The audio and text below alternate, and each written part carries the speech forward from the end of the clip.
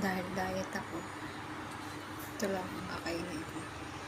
Wala akong gana kumain. Hindi pala diet, walang gana. Ito lang sabaw at saka gulay at saka hipon.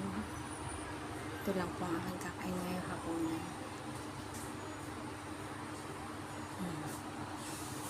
Wala akong gana kumain. Ayan po.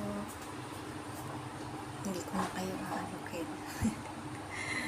Ito lang ang aking kakain. Ako'y tinatamad kumain ng kanin. Ayan guys. Thank you for watching. Aking video walang kakwenta-kwenta. Kung gusto nyo i-like, sige i-like nyo. Thank you. Bye-bye. Thank you for watching. Don't skip the ads.